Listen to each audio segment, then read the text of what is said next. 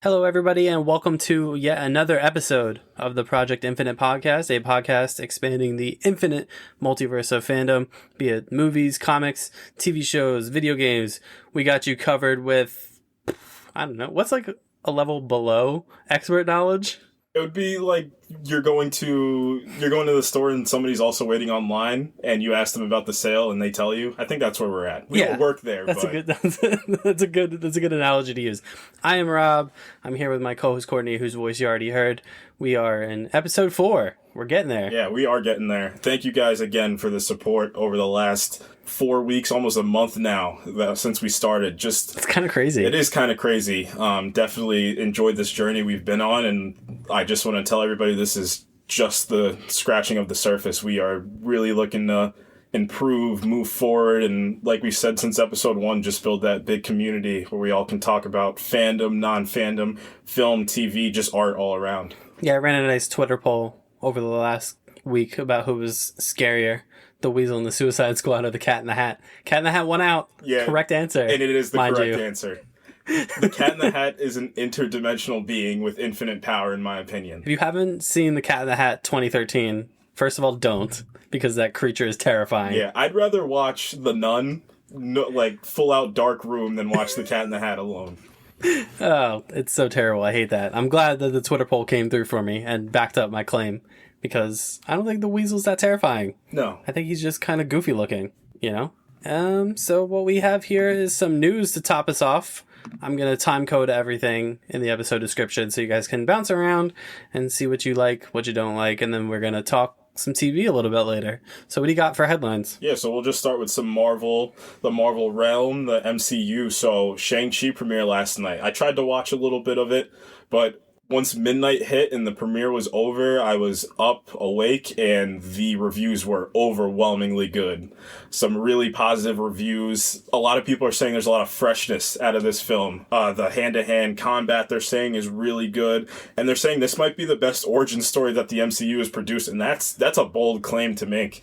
You're going up against, Iron Man 1, Captain Marvel, Captain America 1. Are we counting Black Panther in there?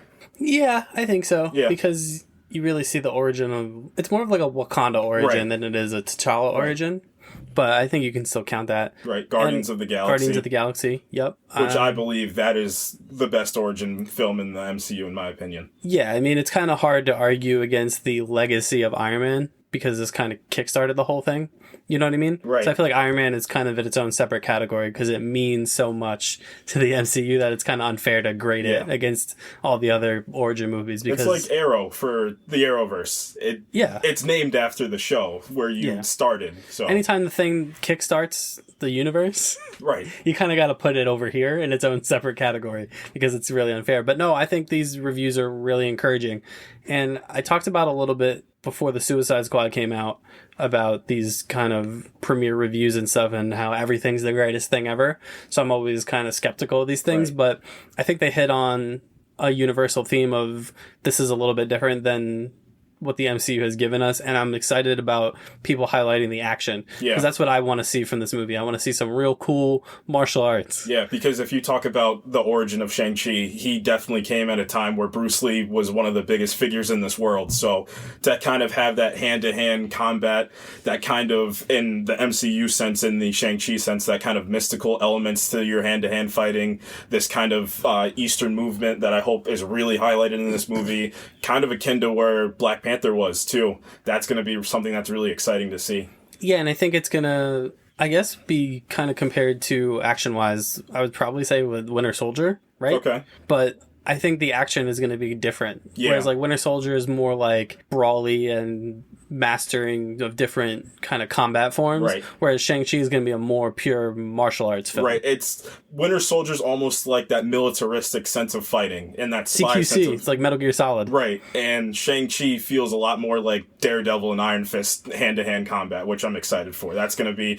just to see, not to bash Iron Fist while we're here, but hopefully it's going to give me a dragon, which we got an Iron Fist, but we don't need to talk about Iron Fist We got a fake dragon.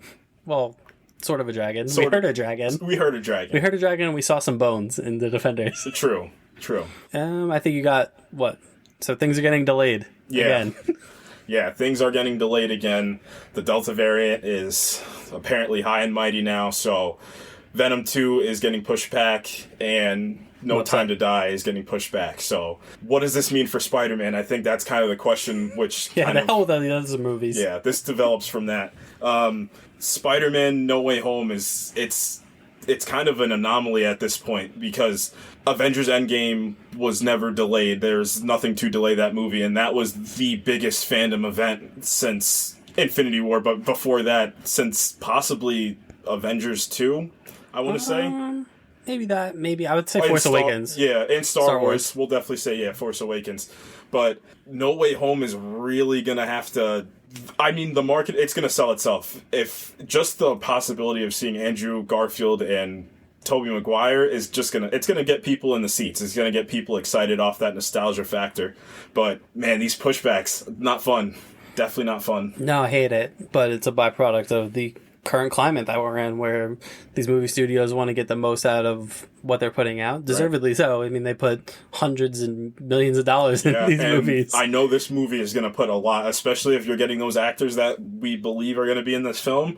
They're going to spend a pretty penny on this, which if it was just a normal climate, normal world, it would have made $1 billion. I don't think there was any denial in this movie making $1 billion if you have Andrew Garfield and Tobey Maguire, but now, especially off this big old Suicide Squad debacle at the box office, this kind of yin and yang of people defending it, saying that we're in the middle of a pandemic and it's on HBO Max, and then the people saying, well, that's not a big excuse because other countries don't have HBO Max access to this film. So we're definitely going to see how this plays out. So guys, please, let's just hope that we get Spider-Man on time in December. Nice Christmas gift. Yeah, I don't want to wait till next year. It sounds selfish, but I don't care. I'm allowed to be selfish with my fandom, and I don't want to have to wait till next year to see Spider-Man. Right.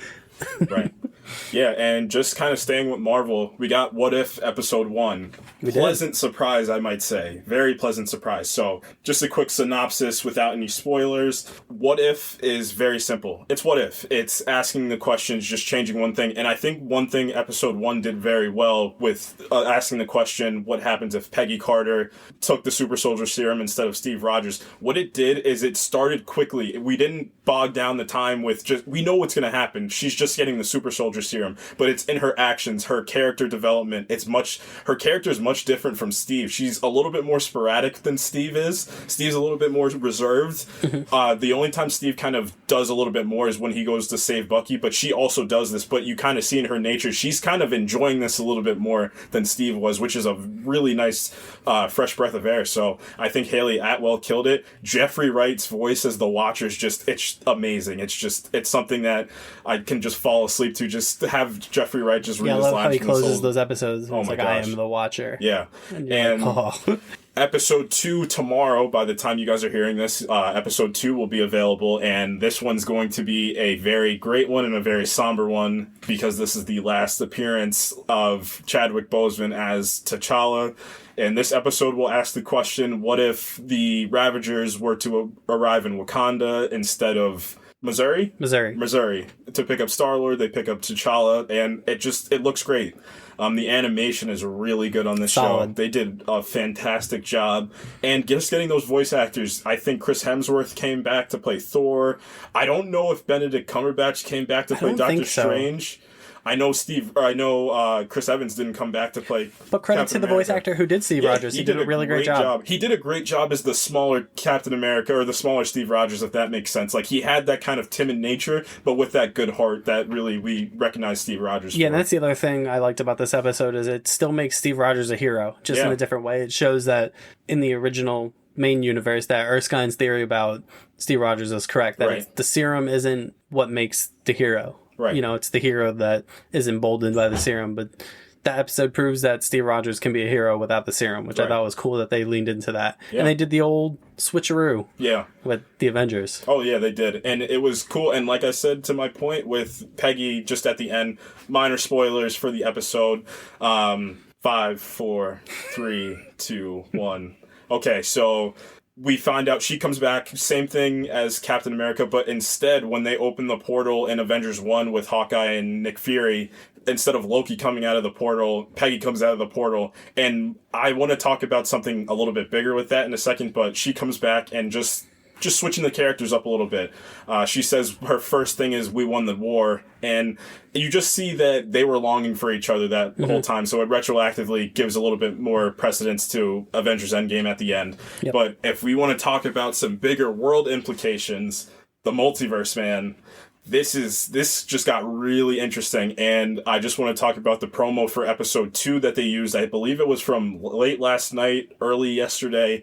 It showed the same screen from Loki, and that got me thinking a lot, because now, is this supposed to be, because it says in it, I believe it says Wakanda 1980, whatever it is, whenever Black Panther was a kid. It shows like the TVA right. thing. The TVA display that they have on all their monitors, and that just gets you thinking how that Loki show really did a lot of world building, and it really kind of set up phase 4, phase 5, and phase 6, I want to say, if they're going to keep the 3-phase kind of structure going forward. But yeah, I'm really excited for what this show is going to keep doing. It's going to be fun, but it's also going to have like overworld implications too, which I think is a really cool balance for them to just throw this nice little fun thing at us, but also say like, no, this is actually important, and this is, and I think it's a test kind of to see if anyone kind of resonates with these characters, and maybe they bring them to live action. Yeah, and that's what I was saying with Haley Atwell, especially. I don't think it was coincidence that they pushed her to the kind of like that forefront. I know their Twitter page, it's Haley Atwell's like,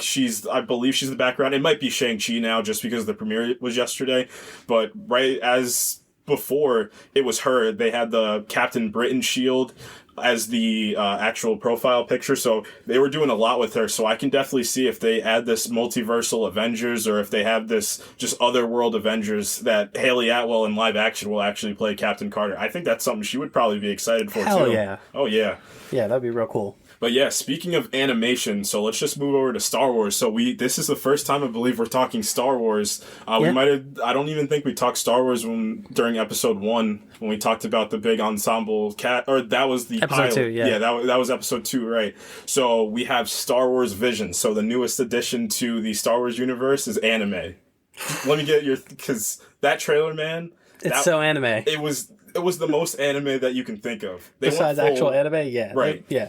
Yeah, I don't know. I think it looks cool, now, honestly. You've watched more anime than me, so I'll let you take this one and kind of run with it a bit. Yeah, I mean, it's just, they really capture the style without making it, like, over the top. Like, it seems like they have a real kind of feel for what the genre is. And honestly, Star Wars gets its roots from the Kurosawa samurai stuff, so it's kind of cool for them to go back to that, even in animation. Right. Which I think is maybe my favorite thing about it, is what the trailer opens up on, like a black and white shot, right?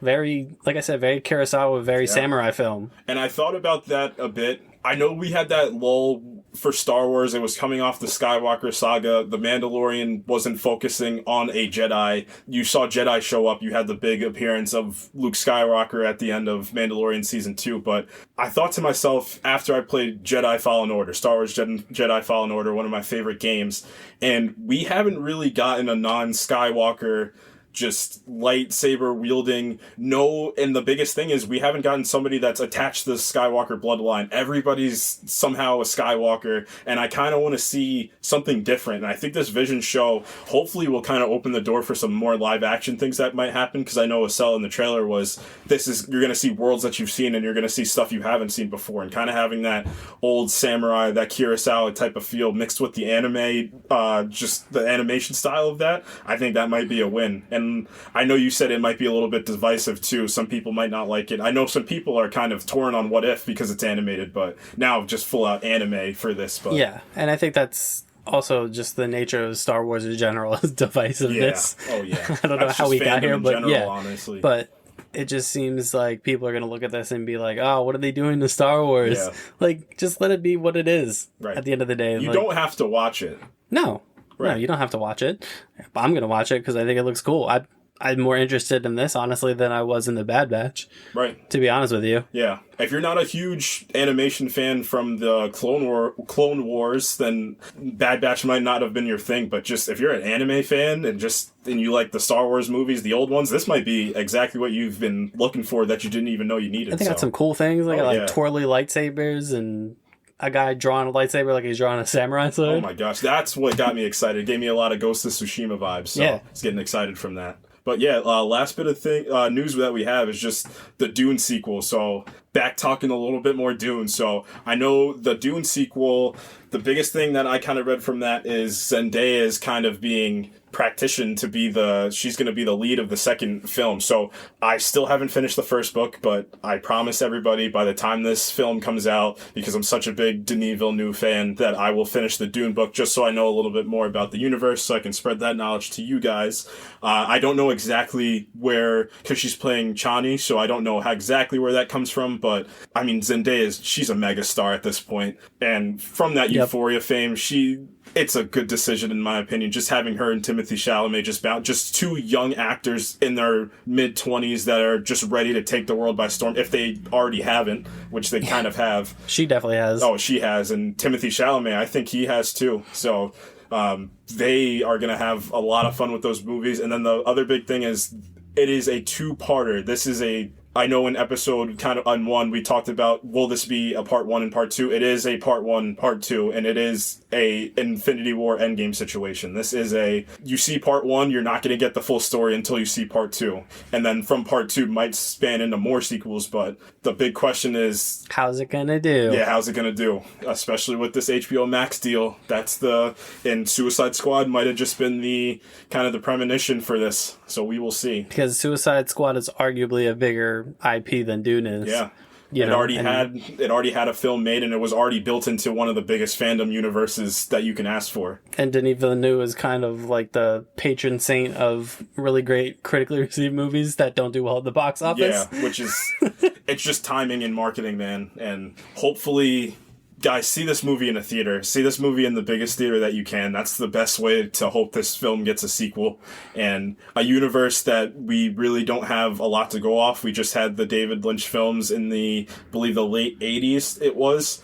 Early 90s, I can't remember when it was, but that's all we have. And they weren't amazing. Granted, it was the 80s and a lot of CGI and kind of sets that they were trying to build, so I will give him that. But, man, this could be the next big franchise that's not Star Wars, that's not Marvel, that's not DC, that can really take off and be something that we all latch onto and kind of build our fandoms out for these characters and for these worlds. So, guys, see this movie in theaters. That's my big plug and ploy for They're going to give you a cut if this movie makes $1 billion. I just need a couple. Because I don't think I've heard anyone talk about this movie as much as you've talked about it. I love Denis Villeneuve, man. I was just watching Sicario, so if I'm to give a film plug for today, it would be Sicario with Emily Blunt and Benicio del Toro. Man, one thing I was saying about Denis Villeneuve, what he does so well is he makes beautiful images in the most dreary and just dark worlds, and that's his best claim to fame. I mean, Blade Runner 2049, you had scenes where people were being killed, you had scenes where just big sets of just action, and then he just slows it down with just simple scenes of... You're like, wow, that murder looks amazing. Yeah, that's his best thing. All of his films look so... Prisoners is another great example from him, but hope, guys... Like I said, see this movie in the biggest theater that you can and help us get a sequel, man. Help us get a new fandom. Yeah, hopefully that takes us to an underrated kind of gem of this year will be Dune. Yeah. Speaking of underrated. Great transition. What a segue by me. Great segue by me. Not great pronunciation, though.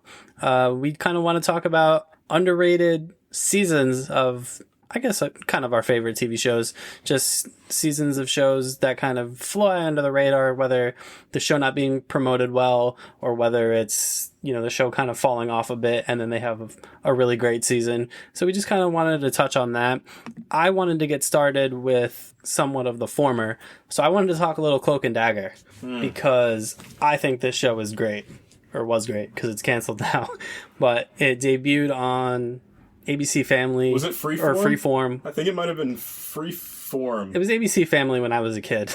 So we're going to refer to it as ABC Family. No, we can call it Freeform. That's fine. But it's kind of part of this weird MCU adjacent series of Marvel TV shows that I guess, kind of parallel it with the Netflix stuff. Like, it's kind of on the same kind of level. Right. I know the Netflix stuff. I mean, Daredevil Season 1 tried to make the point that it was MCU in the MCU, that you had the poster on Ben Urich's wall of the Battle of New York, and then you had the prices of the building they were trying to get was affected by the Battle of New York. But I see, yeah, definitely. Yeah, and I think I can't remember if I think it's Cloak and Dagger season 2 where they show the Hulk in a headline, I think. Was it season 1? It might have been season 1. I don't know off the top of my head. I haven't seen that show. So yeah, it's like an MCU adjacent, but I really loved both seasons of the show, but I want to talk about season 1 in particular because, man, the leads in this show. Yeah. The lead, Aubrey Joseph? Oh, can't believe I can't remember his name. And plays Cloak, Tyrone Johnson. And then Olivia Holt plays Tandy Bowen, Dagger. And these two just radiate chemistry. Yeah. Like from the first scene that they're kind of together, you're like, oh, these two are great together. And it's really touching upon a lot of stuff that superhero TV doesn't touch upon. Yeah. And reaches out to an audience that, people that age see, the Avengers and the MCU, but it doesn't really touch upon young adult themes. Right. And I know a point that you made that was really good that I didn't even think about was you had Spider-Man, right? You have Spider-Man Homecoming and Spider-Man Far From Home. But what you said was he never really dealt with kids. He dealt with his classmates, but then in Far From Home especially, the classmates just turned into him working with the adults to get the task done or just get the job done. He's working with Nick Fury. He's working with Jake Gyllenhaal. He's working with Iron Man. Yeah. He's working with the Avengers in Infinity War and Endgame. Right. And you don't really see a lot of that young adult struggle. You see it a little bit. Yeah, Homecoming does it well. Homecoming is where it's my favorite. Yeah, but you see it more in how he interacts with the other kids. Like, they tackle the young adult theme of, like, awkward love, kind of, with, like, him and Zendaya in the second one. Him and, what was her name in the first one? Liz. One of the greatest reveals in any comic book movie, too, to find out that the Vulture was her father. But, man, what Cloak and Dagger does in this first season, it deals with so much young adult trauma. Yeah.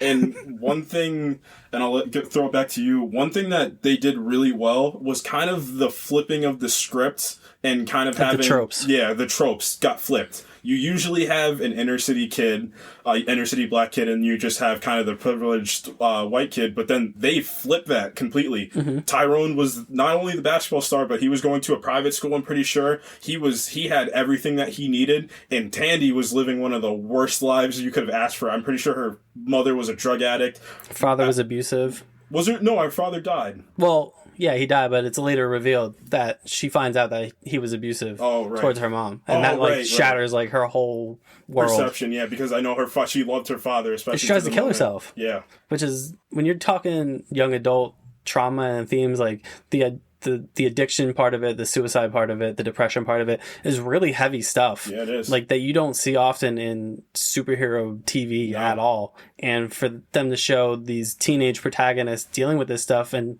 dealing with it in a way that draws them closer together, I thought it was really awesome. I could talk about this show for days, but I think you can find it on Hulu now. Yeah, I'm pretty sure both seasons are on Hulu. And that's a good transition, too, that I just want to talk about briefly, is The Runaways on top of Cloak and Dagger. So The Runaways got 3 seasons, right? It's on Disney Plus now, too. Yeah, it is. The Runaways. You want to talk about underrated? The Runaways Season 1. I remember watching the first 2-3 episodes, and I couldn't believe how well they did it.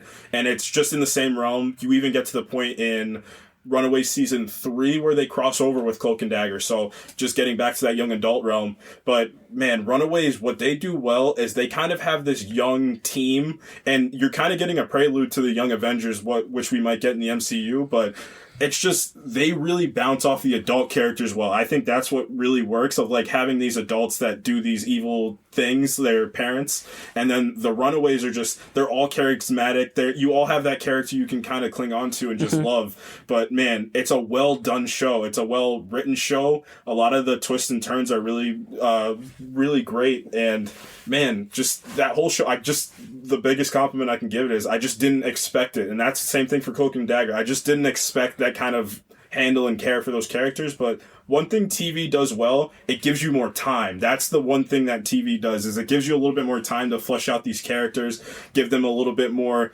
character arcs, character development, give them some more tropes. Just some good stuff that can add to your overall show. Yeah, and the other thing I wanted to talk about with Cloak and Dagger is you mentioned earlier, like, they flip the racial tropes kind of, but they also double back, because there's a point where Tyrone kind of confronts Tandy where he's like, yeah, like, I have a perfect life, but I'm still going to be profiled. Right. Whereas, like, you have this shitty life, but you're still going to get the benefit of the doubt Right. for all the things that you've done. Right. I believe there's, in season 1, I'm pretty sure there's the scene, and it's early, where they go to the party, and they go to that, like, formal party. I can't remember if it was a ball or whatever it was, but it's just they were stealing, but nobody would ever suspect them of stealing. Mm-hmm. And I'm pretty sure they do have the scene where Tyrone does get profiled at some point in that show. So he gets framed for a murder at one point that he wasn't even part of. Right. Oh, yeah, with his brother. Yes. Yeah.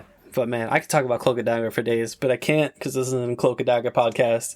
It is a underrated TV season podcast. So I'm going to toss it over to you, and you can bring something up that you want to talk about. Yeah, I'm going to actually talk about the Umbrella Academy. So before we just get into the Arrowverse and just the main core MCU shows, including Netflix, man, Umbrella Academy season 1, one thing that this show did, it's not Marvel or DC. That's the biggest win of this show, is you have these other universes out there. Just so you guys know, not everything is owned by Marvel or DC. Yet.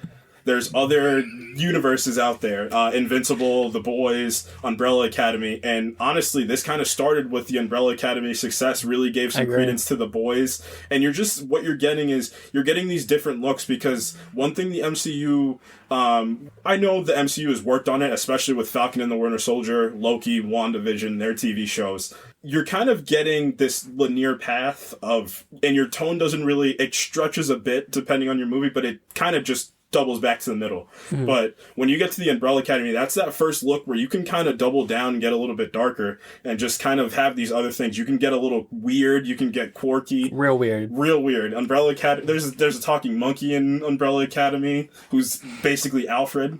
And yeah, this show just works. Do you have anything on Umbrella Academy what'd you like about it, what you didn't like about it? I think it's like you said, I really liked how different it was from everything else that I've seen to this point.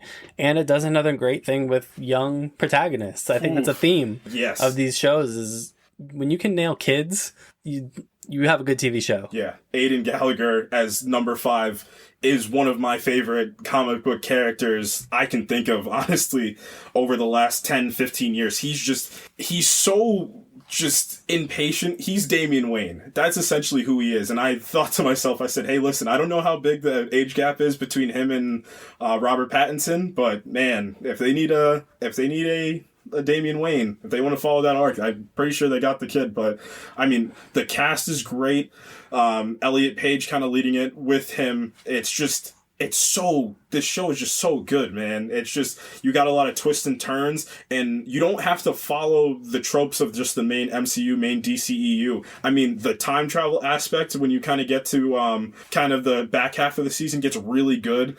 Finding out that 5 was just an operative that keeps working kind of non-linearly in the past. He keeps just traveling in between, and him discovering some real complicated stuff. Yeah, and it worked. Everything worked in that show. Nothing really just kind of stuck out. I mean, I guess the biggest thing that people didn't like was Luther. Like, from all, like, the Reddits and Tumblrs and whatever, back to me talking about Tumblr, but Luther, for whatever reason, people don't necessarily like, but he's kind of like your cookie cutter Captain America, and that was the big trope of he went to the moon for his father. Deals with abusive father figures that kind of adopted these kids. Once again, comic books, bad look for dads. Yeah, Reed Richards, we're coming for you, man. The MCU's Tandy Bowen's dad, bad dad. Yeah, Oliver Queen, number 1 dad. Tyrone Johnson's dad, good dad. He is a good dad. He's a great dad. Also, Martian Manhunter's dad from Supergirl. Great dad. Great dad. Yeah. Every dad in the Runaways. Bad dad. Oh, every dad. I mean, is every dad? Most dads. Most dads. Okay. All dads start bad in the Runaways and then maybe redeem themselves later. Yeah, I'll give you that. But guys, yeah, go watch Umbrella Academy. Get you a little bit of a different taste from the MCU, or the DCEU, or the Arrowverse, or the Marvel Netflix. You get a little bit more kind of, like I said, that quirky flavor. You get a little bit more time to just have some fun, and like not fun in like the summer blockbuster fun in like the weird ways of fun. It also feels like the comic book answer to like Stranger Things, right? Okay, yeah. I think that would be a good kind of like pitch for it. It's like the comic book answer to Stranger Things. It's these weird kids, these weird quirks, weird powers. Weird powers. I mean, not all the kids in Stranger Things have powers, but they're weird. Yeah. They're all weird kids. Who's your favorite Umbrella Academy member? I got mine. I'm blanking on the name. Oh, this is gonna kill me. What was his or her power? Oh, hang on. I'm just gonna look it up. It's fine. While you look that up, it's Klaus. That's mine too. Yeah, it's Klaus. See? Klaus. That's who it is.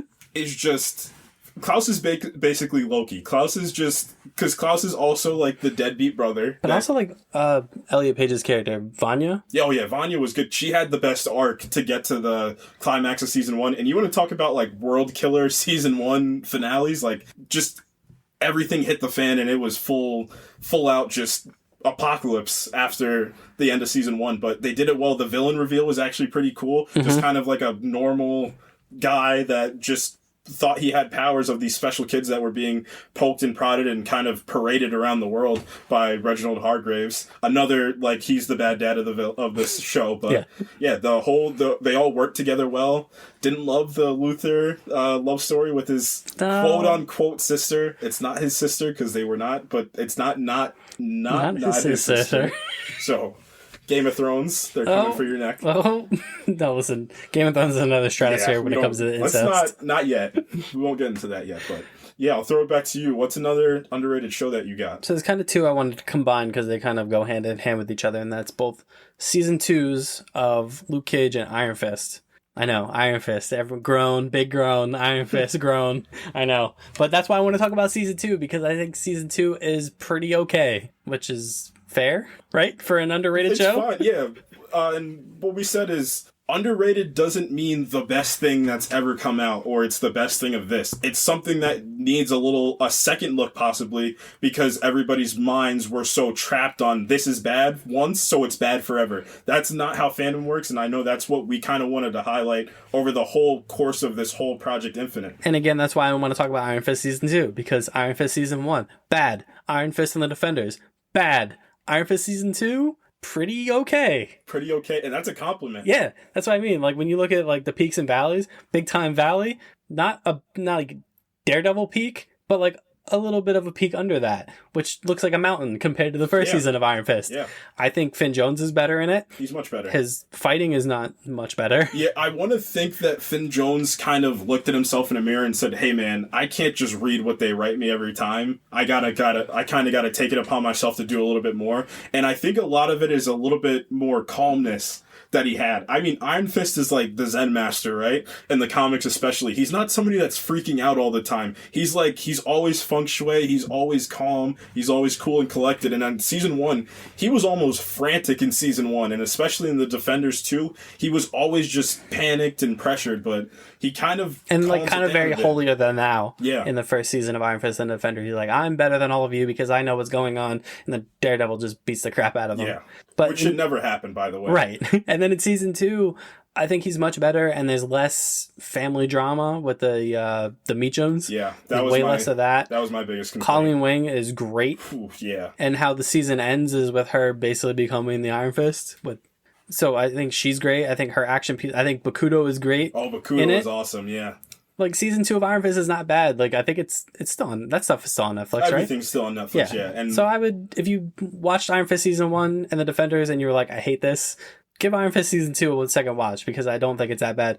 And segueing into that's why I want to talk about Luke Cage season 2, because Luke Cage season 1 is like Iron Fist season 1 and like Daredevil season 1 smashed together, because the first half of Luke Cage season 1 is so great, and then the second half is not so great. Once you kill Mahershala Ali, your projects go downhill, and you get a guy as a villain in a big muscle suit. See, Alita Battle Angel had Mahershala Ali the whole movie, and then he died, and then there's no sequel in the works. So right. You see how that goes? So then Luke Cage season 2 comes around, and people are kind of excited for it, but at the same time, bad taste in their mouth because of how season 1 ended. Sure. And season 2 of Luke Cage doesn't start out that great. It's a lot of forced kind of cultural references. It's more of like a pop culture just show. Weird. Yeah, and it's an interesting direction to take because one thing I loved about Luke Cage season 1's episode 1 through 5 or 6 when Cottonmouth dies, it's a very stylish show. It really feels like some 70s Luke Cage comics. It's really kind of that the soundtrack is great. The soundtrack is phenomenal. The score is great.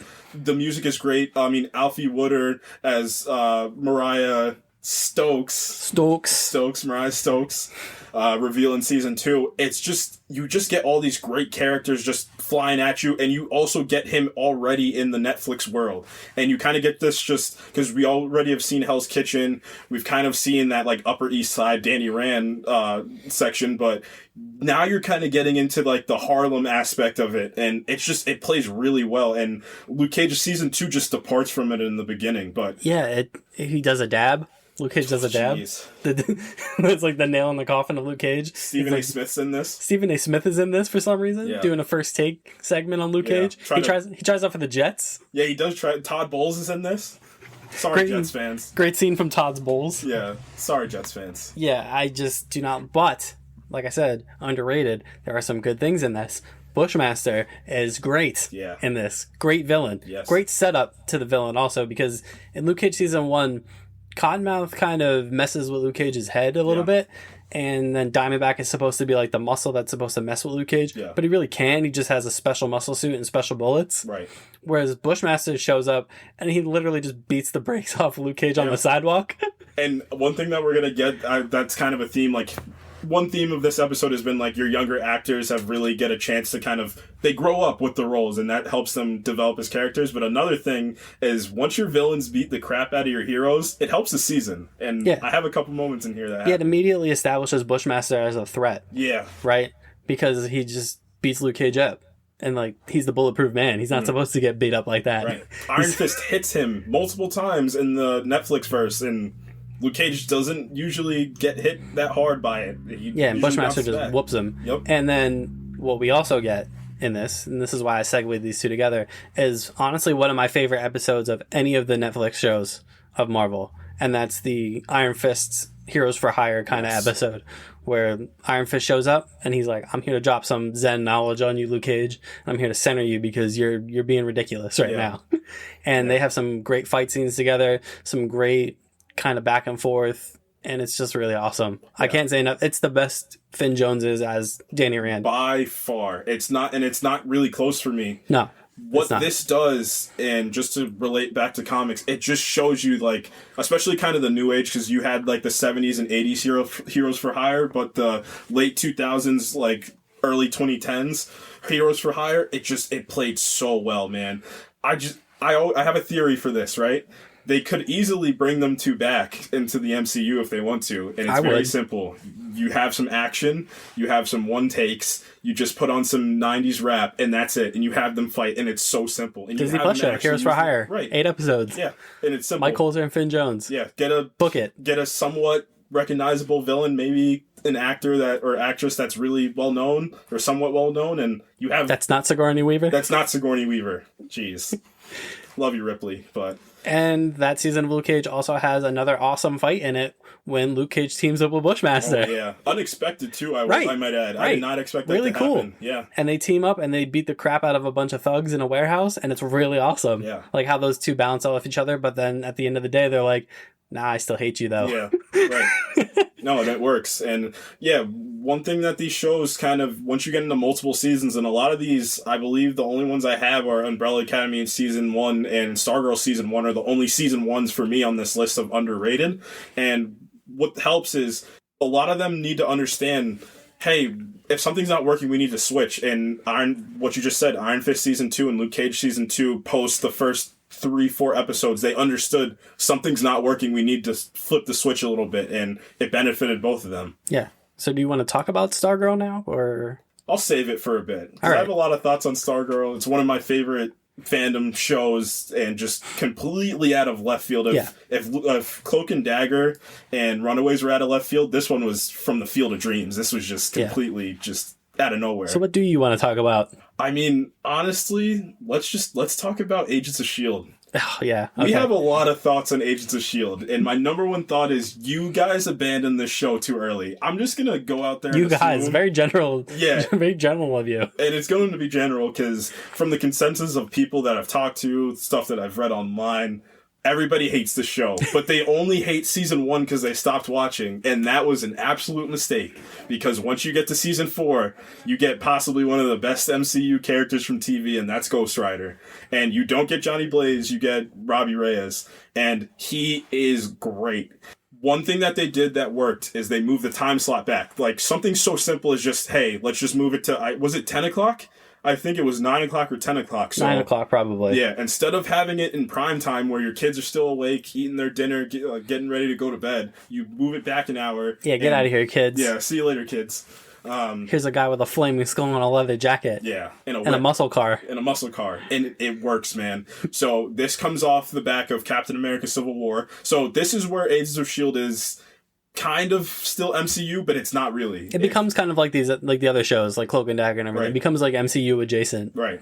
Because they were trying hard, and I know in episode 1 we talked about how that didn't work for Agents of S.H.I.E.L.D. They tried to fit a square peg into a round hole of trying to be the MCU's TV that you can watch every week and kind of had these side stories apart from the bigger stories. But once Agents of S.H.I.E.L.D. stopped doing that, it turned into one of the better comic book properties out there. And they started caring about the characters and making them way less cookie cutter and giving them a lot more depth. Yeah, each character, I'm talking each character gets stuff to do. They get character development. They all do. Nobody gets left behind that I can think of right now. You definitely always have the characters you like less and like more, but I mean, if I'm to highlight one person, it's Leopold Fitz.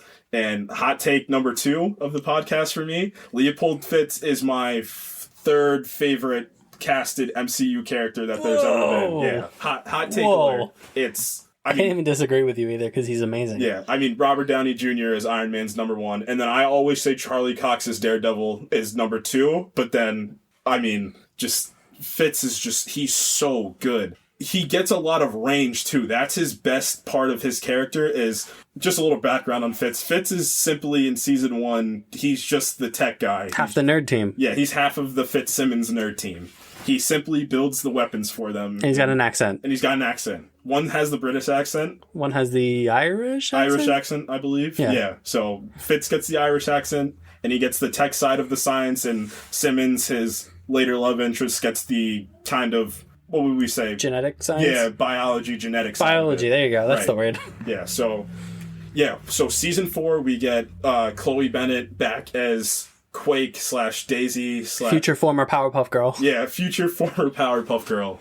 Big mess. We won't even get into that.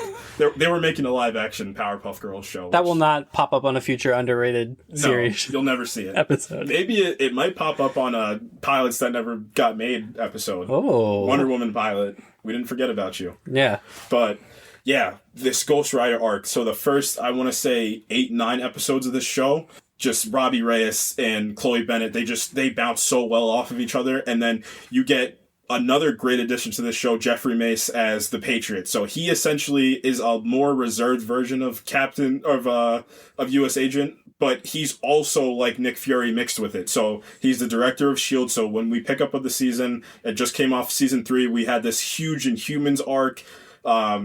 We won't even get into it's not another underrated season. Never watched that Inhumans show. No, ever. Inhumans is bad. Yeah, it's very bad. But Agents of S.H.I.E.L.D. also tried Inhumans and was actually successful with it.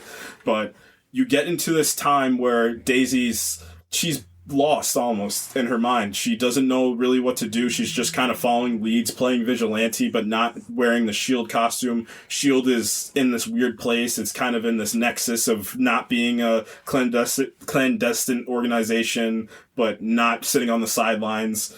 And she kind of meets up with Robbie Reyes by her kind of just poking and prodding around and just kind of see where she can help. And man, you get ghosts in this season, just straight up ghosts, just trying to attack. You get the third Darkhold that we've seen in the MCU. Yeah. Agatha just Darkhold. had a Darkhold. Another in Darkhold. WandaVision. Doctor Strange had a Darkhold. Man, can we get a handle on the Darkholds? I don't think that's just something that should just be out. But No, I don't think people would be. I don't think the Darkhold is something that should have multiple copies. yeah, I think one copy was enough, and still that copy should be just deep in just the depths of hell. It should not be around. Yeah, so not only do we get the Ghost Rider stuff, but then the season just totally flips A 180 of 180s. into the framework. Yeah. Talk about the framework, because Yeah. it's bonkers. Okay, so simply, we have a scientist named Radcliffe, and he was in season 3, and Radcliffe kind of made this kind of realm, this technological realm of you can implant your brainwaves into it, and you kind of live this perfect life. So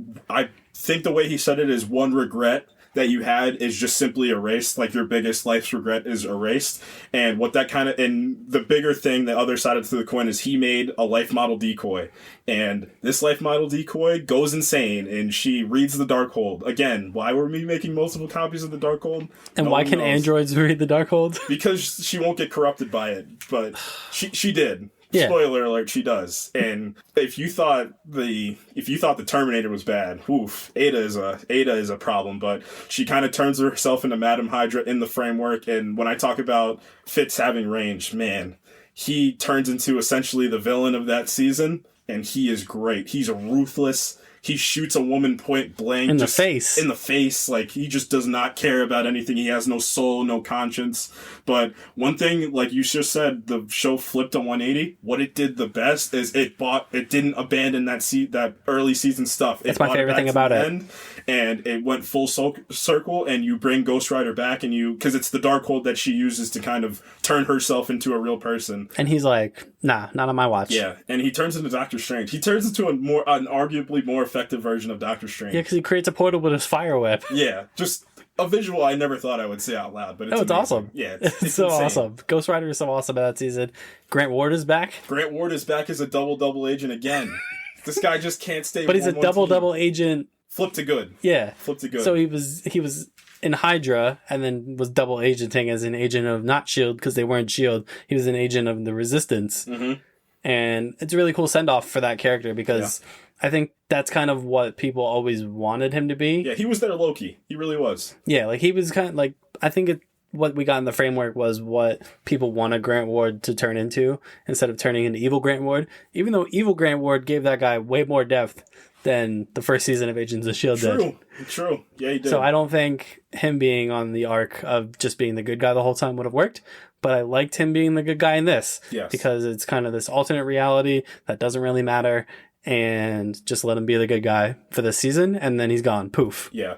And one thing Agents of S.H.I.E.L.D. does extremely well, I'm talking just phenomenal, just writing on their part and acting especially, is once you get to season 2 and beyond, after the collapse of S.H.I.E.L.D., and then you get into the Inhumans arc, you get into the Hive arc in season 3, you have this arc, the framework. It's those emotional moments they do so well. Season 3 has my favorite Fitz moment. He shoots the monolith, essentially, because Simmons gets trapped across the entire universe, and he's screaming at a rock, and I'm emotional in my living room. You get to season 4 with Mac, future director of S.H.I.E.L.D. Shout out Mac. Love Mac, man. I love Mac too. He loses his daughter because he doesn't want to leave the framework because his daughter dies, but in the framework she's real. Again, those definitely those demons that you're fighting kind of just get expunged, but he gets a really good spot in that show, man. But Coulson has it.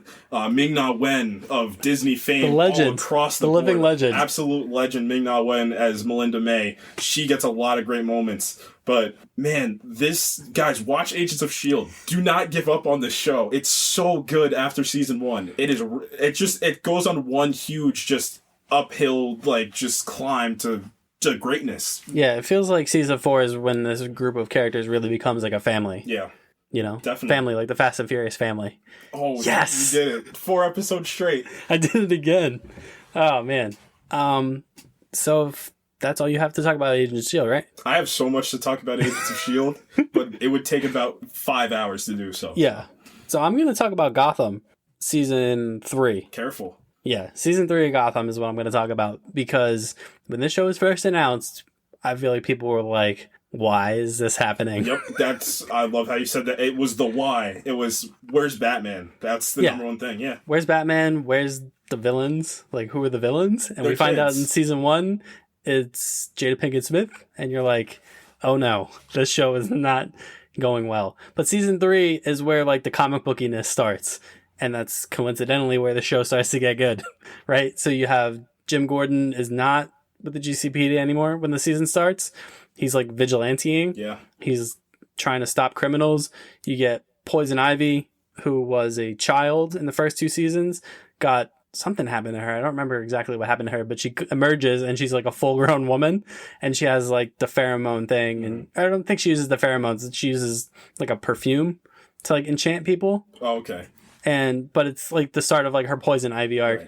Right. Edward Nygma, who was the tech guy in the GCPD in the first season, cracks completely and really starts to become the Riddler. Mm-hmm. So you're seeing a theme here with Gotham season 3 where like these characters that you're familiar with, that in the first 2 seasons people were screaming at the TV, they just want them to be the characters that they're going to become. This is where they start to become them. Yeah. And that's when the season gets good. And it's also where Bruce Wayne, who's been kind of this like background character, starts to get the wheels turning on like, hey, maybe I want to make the city a little bit better. And he gets roped in with the League of Assassins. He gets roped in with Ra's al Ghul, and it really kickstarts his start as, you know, spoiler alert, Bruce Wayne becomes Batman. What? He becomes Batman? Bruce Wayne is Batman? What? It's crazy. I've never seen them in the same room together. Yeah. It's crazy. So. But no, I really enjoy season 3 of Gotham because it feels like they wanted to lean away from the comic bookiness on purpose, and then they were like, why doesn't anyone not like our non-comic book comic book show? Right. You're like, well, because none of the characters I like are in this. Right. Or if it is a character I like, they're not the person that I want them to be. Right. They're just kind of weird, kind of experiments almost of, I know Selena Kyle was doing some weird stuff in season 1 and 2. Yeah, she was like a half burglar. Yeah. And you're like, can you just make a Catwoman? Yeah. Please? That one's kind of simple. Just have her rob people. But then, I don't know. It's a little weird. But one thing I did love that you just said about that season was the Riddler. His kind of descent into madness gave me kind of Joker vibes almost. Speaking of that, yeah, Jerome is in this too. Yeah, and he goes full Joker. We got a little bit of Cameron Monaghan's Jerome, quote unquote, who is, they always say like, oh no, he's not the Joker. Come on. I mean, that kind of lends credence to like that theory that there's never been just one Joker. There's like a bunch of Jokers that are running around. Sometimes there's 3 Jokers. Sometimes there's 3 Jokers. Oh, I see what you did there. Read 3 Jokers, don't read 3 Jokers. Came out last year, 2 years ago, whatever. But yeah, the Riddler's descent was done really well, and I think the actor that played him is why that happened. I mean, a lot of their camera choices were really solid. Just kind of I love when they have the Riddler on screen and they kind of tilt the camera like upwards to kind of show that disconnect between Nygma, like in the Riddler, and kind of show they're like warring with each other. And just, doesn't he kill his love interest or? He kills her, and I think at the end of season 2 is when he kills her. And then he's dealing with the effects in season 3. I'm pretty sure and what then happens. Yeah. Somehow there's a woman that pops up that looks exactly like that other woman, and he falls in love with her because she loves riddles and he loves riddles, and they're like, oh my god, riddles. Yeah. Right? Am I right? Yeah, riddles, am I right? Yeah. And then she's killed by Cobblepot, the penguin, because he's jealous of her because spoiler alert, he's in love with Nygma. Mm-hmm. And then Nygma just full on cracks after that because he found this woman that he identified with and she was murdered. And he's like, riddle me this. I'm going to beat you up now. That's good. That's good stuff. But no, like I said, Gotham season 3 is when that show gets good. And then season 4 is pretty good. And then season 5, which is like the future season, which is where it ends, where everybody becomes everybody, is not that great. But the show was ending and they needed to move on from Batman, so that is what it is. All right, so from a show that, you know, people were kind of on the fence about, I'll go to a show that I don't think anybody was on the fence about, and if you are, you're wrong. And I said on episode 1 I would never do this, I will do it now, and that's Daredevil season 3 specifically.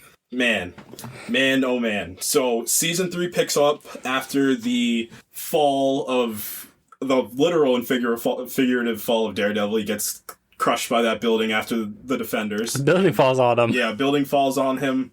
Doesn't look great for him. But the best thing about this is when you talk about adapting stuff, they adapt Born Again, which is, in my opinion, when you talk about like the greatest arcs of any characters, Marvel, DC, whatever it is, it's got to be in the top 10. I think Dark Knight Returns, I think Daredevil Born Again, and I think Flash Rebirth's up there, like storylines like that, Crisis on Infinite Earths, Kingdom Come. Daredevil Born Again's right there for a single character, and this really puts him through the ringer, pun intended for his father being a boxer, but man, you see the possibly, and aside from some moments in Arrow, possibly one of the most broken heroes I've ever seen in live action. I mean, his lungs were collapsed. I'm pretty sure he broke his entire rib cage. He lost his costume. A cool costume that he got made for him. Just down the drain. But one thing this season brings in Ben Poindexter as Bullseye, and you knew what was coming. I mean, if you don't know the comics well and you go off the 2003 Ben Affleck version, you knew Bullseye was a pretty big villain. And they bring Kingpin back. Yeah, and they bring Kingpin back. In full force. Yeah, and Vincent D'Onofrio is another great casting of a villain.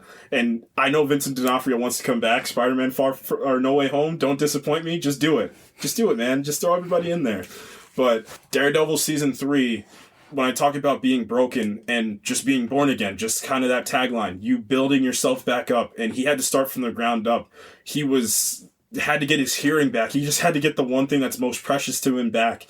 And you get possibly your most formidable villain being kind of puppeted around by your other most formidable villain. Like, all of your rogues that you're known for are really kind of just making your days horrible. His identity was outed to Kingpin, which was the biggest reveal. Once he found out, they had a really great scene. Each Daredevil scene gets the hallway fight, and this, I don't know, Season 1's was very iconic, but this one was the best. The jail fight. The jail fight. Because no suit, it was just Matt Murdock just staying alive, because it was more of him beating up villains, but this one was survival of the fittest. You have a little bit, and I believe it was like 11 minutes of a one-shot take. Obviously, you can mask a little bit of it with your cuts, but for all intensive purposes, a 11-minute one-shot take is incredible in terms of filmmaking feats. So, in terms of story, Kingpin gets married. Ben Poindexter, another great descent into madness, he just goes off the rails, and he screams at himself. He puts on the Daredevil suit, and another great fight scene when he fights Matt in the office building. He's hitting him with snow globes, staplers. Yeah, and this is before, apparently, he, at the end of the post-credit scene, he gets actually the Bullseye serum, I'm going to call it. Mm-hmm. So just to show how formidable he was without it, I hope they bring him back to show what he's going to be with it. That gotta be a nightmare with a Super Bowl. Imagine if he was a pitcher, he killed his coach. Yeah. Yeah. Imagine that guy with a Super Bowl. Holy crap. It'd be over for everybody, but yeah, just bringing that full arc of that's the one thing that this does great, and I hope a lot of these shows are doing well, a lot of these movies are doing well, but this is kind of in my top echelon of adapting stuff. I mean, I guess Avengers Infinity War is up there, Daredevil Season 3, because it's Daredevil Born Again, is up there. And honestly, Captain America, Winter Soldier, these are just three that I'm thinking off the top of my head of adapting arcs to live action that just work so well, and you're pulling a lot of source material, a lot of panels from those comics. He has a really great panel where his mom's tending to him, and it's a panel ripped from the book as well, where it's I call it the God's Eye view, something that Scorsese does, where it's the ceiling pointing down, and you see the wrap around his stomach and him just in pain. Just great stuff from that season. And that was the last we've ever seen of Charlie Cox as Daredevil, Vincent D'Onofrio as Kingpin, and they left on the great note, man. The last scene just gave me chills when he says, "I beat you. You can do whatever you want." Such a great payoff to the whole Daredevil series. Yeah. Is that he finally really beats Kingpin. Yeah. And it wasn't a cheesy way to do it. It was just straight up mano-y-mano, guys with no extra abilities outside of like physical abilities to help you hit people harder. It was just two guys just duking it out for the soul of Hell's Kitchen, and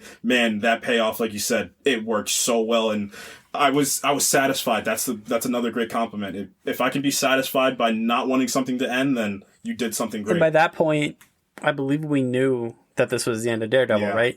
Yep. By the time before season 3 came out is when we knew, because the dominoes started falling. Like, Jessica Jones is ending, Luke Cage is ending, and you're like, oh, it was in limbo for a little bit, and then we kind of figured it out. We got the confirmation. Yeah, but the filmmaking directions, again, Daredevil might be the best shot television show for anything fandom that I've seen personally, and They definitely didn't let it go. Action was great. The character arcs were amazing. And like I said, that kind of final scene with him and Kingpin just kind of resolving their arcs together. Not killing him, too, which is something that usually does not happen. Everybody usually dies. Don't kill him.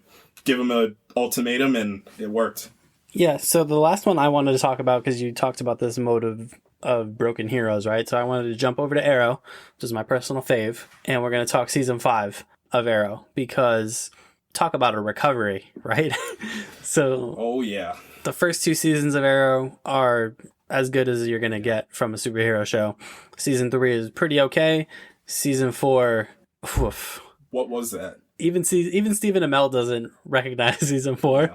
Like, I believe I saw a video where someone asked him what his favorite, like, rank his favorite seasons of Arrow. I believe this was after 5 but before 6. And he ranked them all, and he just totally omitted 4. Yeah. So that's where we're at with the show, where you have your worst season by far, and people are like, oh, like, do we need any more of this? Like, do we need any more Arrow?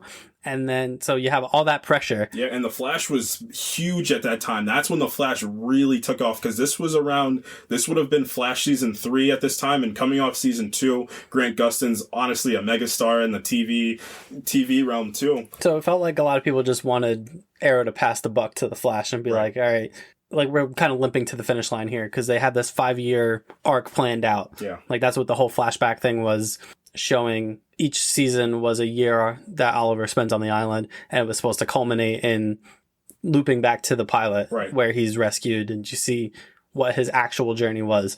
So it kind of felt like Arrow was limping to the finish line, that season 5 was going to be it, and we were going to end the show after season 5, and then season 5 happened. Oh, yeah.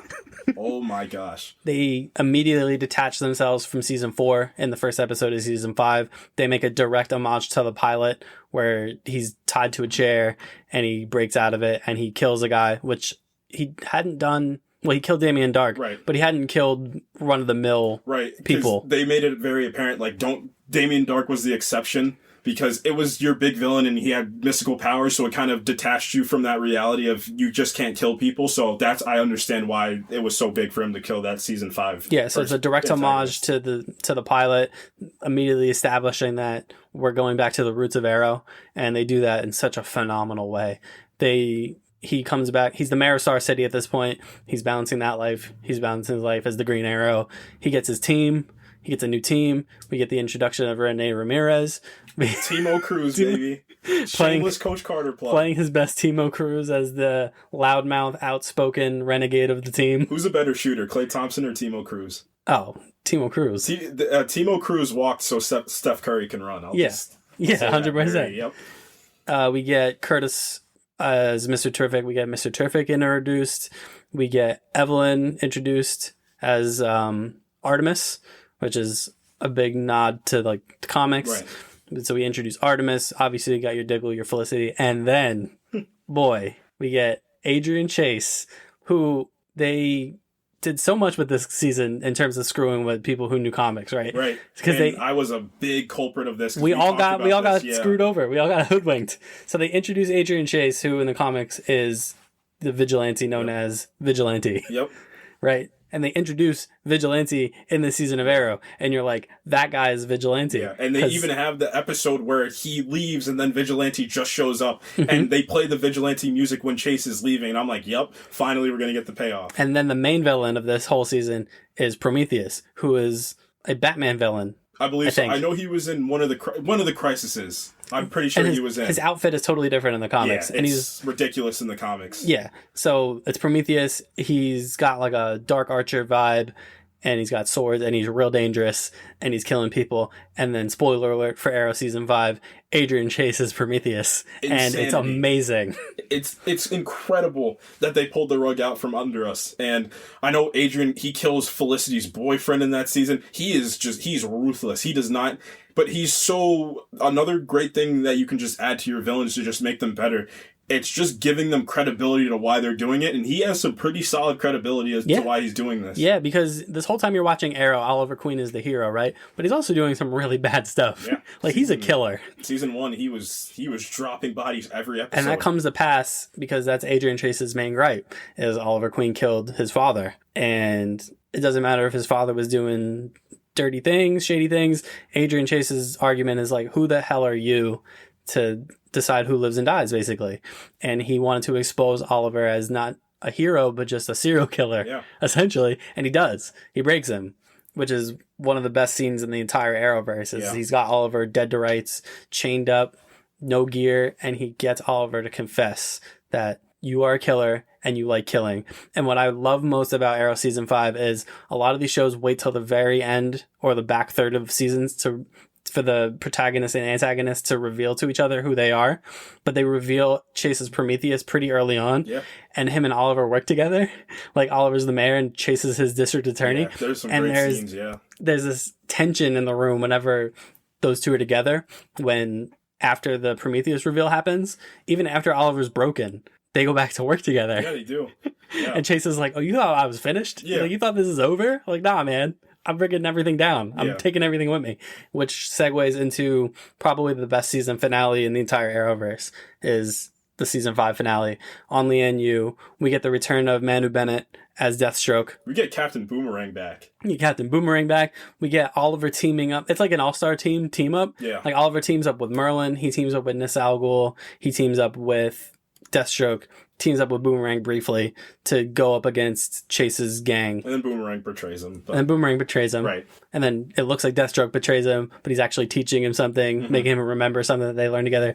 God, that season 5 finale is so good. Yeah. Leading to one of the best payoffs in the Arrowverse as well. That season, that last piece where Oliver has his son. I mean, William, so spoiler alert again, William's mother and Oliver's baby mama dies. She's killed, and you can feel it when she dies too. It's just this kind of Chase kills himself. Yeah, Chase kills himself. Yep. Chase wired his life to a bunch of explosives on the NU, expecting Oliver to kill him, and Oliver will not cross that line because he knows that what Chase wants, and then Chase just blows his own brains out like Oliver's dad does. Right. So it's very poetic. On a boat too, again. Mm-hmm. Yeah, so just kind of just paying off just that full circle arc that he had, but just kind of that acting from Stephen Amell. I love this for Stephen Amell. He really dedicated himself because season 1 he was very much just the pretty boy that they got to play, just this nice blonde-haired muscle guy to kind of have in there, just fighting a whole bunch of guys, just nice to look at, you know what I mean? But then once you get to season 4, 5, 6 especially, he's got a great moment with Diggle in season 6. You just show how much dedication he's given to the role and just to his acting craft overall. Just a kind of a plug. I know he's got that new show. Heels, yep. And I'm pretty sure it's sitting at like a 95% on Rotten Tomatoes. And that's just a testament to how hard he does work. And yeah, hopefully he gets a whole lot more roles, but he has a great scene where he's holding his son and he says, "Don't touch my son." Like, do not touch him. Like, cause that might be all he has left once the explosion goes off. He does not know if Diggle, Felicity, all of the other Team Arrow members are dead. Yeah, this is a great moment where the island kind of explodes, and they show the island exploding, but then they cut back to him, and you see the island exploding in his eyes. Right. Like, and I think it's such a wonderful camera shot. Yep. Where they catch that explosion, like, in his pupils. Like, you see the explosion in his eyes, and just, like, the fear, and just everything just... You see it in his face. And then, obviously, like I said, there's a great moment where it flashes back to him being rescued, and he has this great conversation with his mom, who they bring her back for the first time since she's killed, right? She might have been in some flashbacks, she might have been in some flashbacks in 3 and 4, but yeah. And also season 5 has the 100th episode of Arrow, which is a major milestone episode. Kind of, it plays a what if of Oliver Queen's ideal life, and just... Yeah, Arrow season 5 is tremendous. And it's funny that I mentioned earlier about them limping to the finish line and kind of wrapping up. If that had been the series finale and like the season finale, series finale, and that was the end of the 5-year thing, I would have been real satisfied. Much like Daredevil. Same thing for me. I would have... I mean, I'm glad that Arrow kept going to where it ended up going with Crisis on Infinite Earths and everything. But if that had been it, that would have been really satisfying. It totally redeems season 4. Oh yeah, it does. You kind of forget it. You kind of wash the taste of season 4 out of your mouth, and then you just think back to what makes this show great. It's just this guy that just takes it upon himself to understand the city needs help, and I will do anything I can to help it. And season 4 kind of abandoned that and sent him on just these weird kind of arcs and just these weird places. But season 5, he turns into the teacher too, which is cool because you show what Yao Fei, what Deathstroke taught him, what Ra's al Ghul, like whether it be the stuff to forget or the stuff to remember, you see it kind of come to a head and him fail and him succeed. And it's the failure that really makes Oliver Queen great. He was a party boy before this. He was on an island. He was killing people in season 1. He's not just this nice Superman-esque character. He's got a lot of baggage behind him, and Stephen Amell does a great job of showing that. And season 5 is kind of where you kind of get the payoff of the 5 seasons together of understanding you can't just kill people. That's not what a hero does. He kind of turns its call to action to being an actual hero and an actual leader on top of that too. Yeah, man. Season 5 of Arrow. So good. Yeah, and I guess we'll end this with show that just came back on August 10th, if you guys did not see, is Stargirl. So I just want to talk about Stargirl season 1, and I just want to start with that of where it was specifically, because this is an interesting one. So much like Titans, Stargirl season 1 was on HBO. Well, it was on the Universe. DC Universe streaming service. So DC tried this thing, and I have the streaming service now, and it's cool, but it's cool for somebody like me that reads comics. So it's interesting because where it is you have a bunch of the DC properties, but they also don't have like the Nolan films on there. So it has some cool stuff. It has a lot of animated stuff. And the one thing it does nicely is I'm pretty sure it has most of the DC comics in there. And if you want to know about a character, I'm pretty sure after an episode, it'll give you like a link to like this comic book character's origins. Like, let's just say the new Suicide Squad movie was there. It would take you to Superboy issue 0 from 1994, I believe, for King Shark. But man, I was not expecting this season to be. I mean, first things first, I did not expect the budget to be on the level it was. I thought this was going to be lower than. I thought it was going to be kind of in the Titans range almost, because Titans CGI. It was not good in season 1. It was, I was just watching a little bit of Titans actually last night, and a lot of the kills that they were doing, it's so fake. There's a scene where Dick Grayson flips onto like a branch, and it looks like they didn't finish the CGI. They just kind of sent it in. But man, Stargirl is what you kind of want out of that, because I'm going to count her in the Arrowverse now. She's on CW now. That's what you want.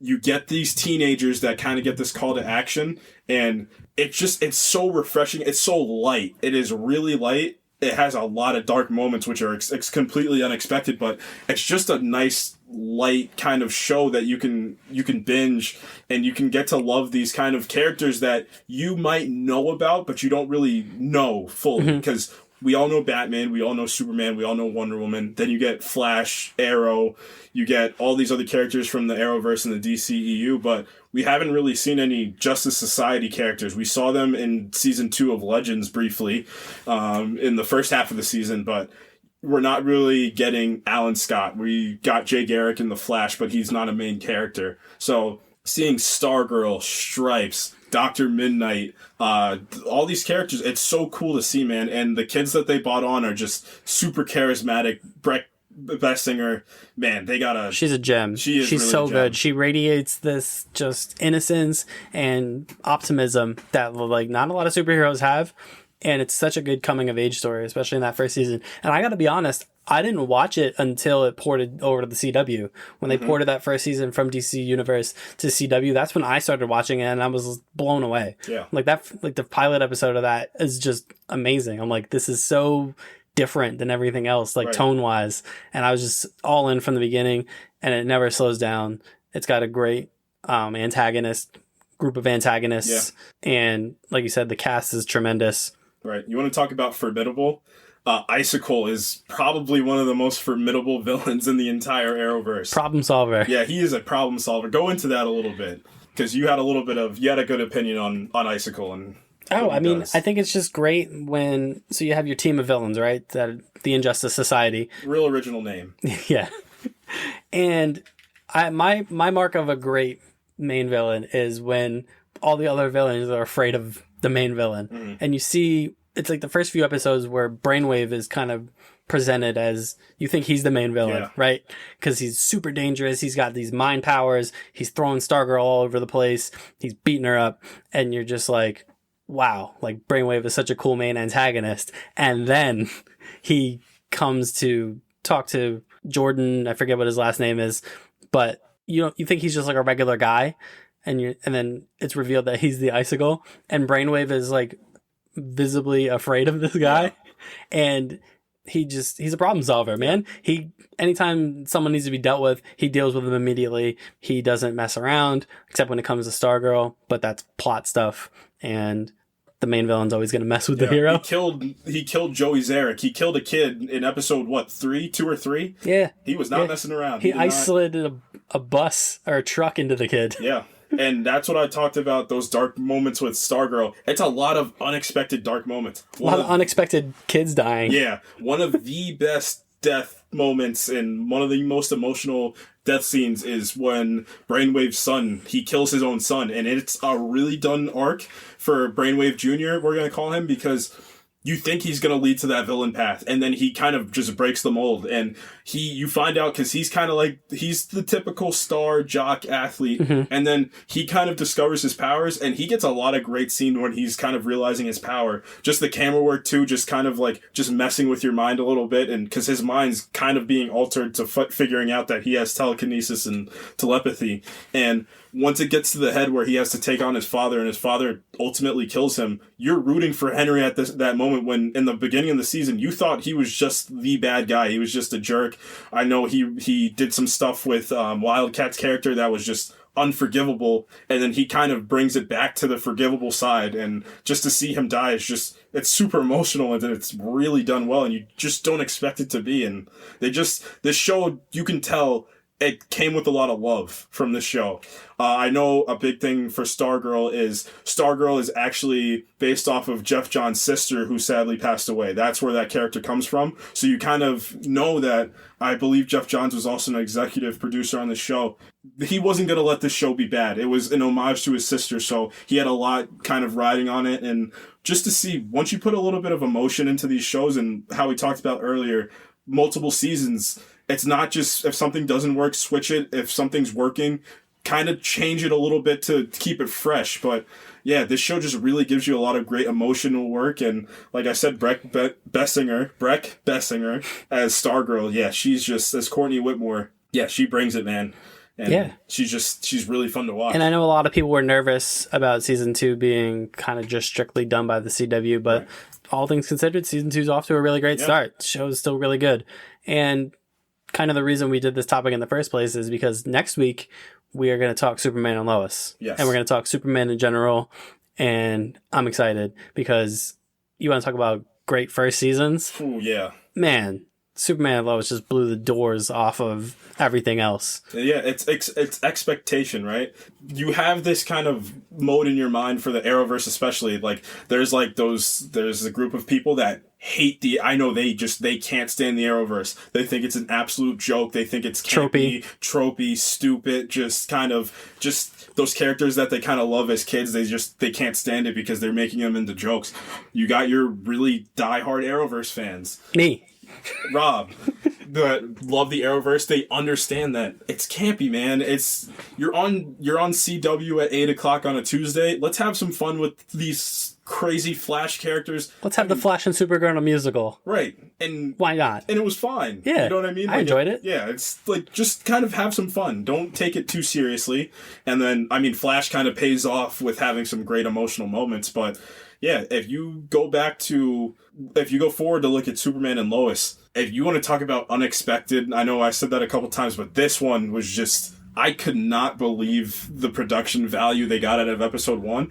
And a lot of that came from just simple caring about filmmaking for me personally. Some of the shots when they were in Smallville, just using shadows, using the sunset of Smallville, kind of getting that small town trope. The music was just played so well in that show. Just giving you that small town, Smallville vibe. And then the biggest win is Tyler Hoechlin as Superman. They got a they got somebody that makes me nostalgic for Superman. Yeah, we're going to talk a lot about him next week. Yeah, we will. There's going to be a lot of Tyler Hoechlin love spread next week because I'm chomping at the bits to talk about how good I think he is as Superman. Yeah. But yeah, we're going to save that for next week. We're going to talk Superman and Lois, kind of season in review. And then I think we're going to talk just a little Superman in general. Yeah, I definitely want to talk about some Superman comics. I just want to talk about Superman. I might talk a little bit about his influence over kind of society too. And in the 30s, 40s, 50s, and beyond, him turning into, when people talk about superheroes, it's Superman. It's in his name. He is really the archetype of the superhero. So kind of, I know there's like a book written on it too of like his influence over society. So definitely we'll talk some story arcs of Superman and how I might talk a little bit DCEU Superman, Christopher Reeve's Superman, because that was a big thing to come out of the 70s, was finally getting the prototype superhero into live action and getting him on the big screen. So yeah, and I know I promised we were going to do the Superman episode this week, but that was before I realized that the Superman and Lois finale was not last week, it was tonight. So that's why we're doing the Superman episode next week and why we did this episode this week, and I hope you guys enjoyed it. Feel free to let us know what TV shows, seasons of TV shows that you enjoy. Yeah, not even fandom TV shows. If you're like in Breaking Bad, tell us about some Breaking Bad seasons that you love. Just anything, any shows that are on Netflix. We got so many shows out, man. We didn't even touch on Stranger Things, which I definitely would have counted in here. There's just so much. So tell us what TV shows you guys are liking, which ones you think that people should watch, like making that community that we talk about. Give some people some recommendations. Yeah, recommendations are big, and I mean, I say this every week when we do like a topic like this, we're not going to be able to touch upon everything. Right. It's just impossible. I mean, we've already gone for almost an hour and a half, and it doesn't feel like it, so we're not going to be able to talk about everything. But, like I said, you can email us, projectinfinitepod@gmail.com. You can follow us on Twitter, projectinf_pod. The Instagram handle... The Instagram handle is the Project Infinite Pod. He's getting quicker every week. Yep. Every week he's getting quicker. I feel like the Flash, man. You can like us on Facebook. Yes. I think that's it. I think that's everything. Yeah, share it, man. Just keep growing the channel and keep growing the community. That's going to be the biggest theme for us, is just community. Just getting the word out there to everybody. Just really loving fandom. We got Shang-Chi coming up very, very soon. Like we said at the beginning of the episode, a lot of positives. So definitely want to deep dive into Shang-Chi. You'll get that in a couple of weeks. We're going to do a little bit of Superman and Lois. And yeah, we got an exciting fall ahead of us. So yeah, really looking forward to it. The Foggy Nelson of the podcast, everybody. I'll take that one. Yeah. I'll take it. Yeah, I was going to go Stripesy, but then... I would have been fine with Stripesy. All right, we'll do that then. That's fine. We'll do that. Yeah. The Stripesy of the podcast, everybody. And like I said, next week, Superman and Lois. Thank you again, everybody, seriously, for the positive reviews, comments, people that have messaged me about how great they think the show is. It really means a lot because I was not expecting the outpouring of support that we've got to this point, and I can't stress enough how awesome I think that is. So thank you again, everybody. Next week, Superman and Lois. Until then, see you later.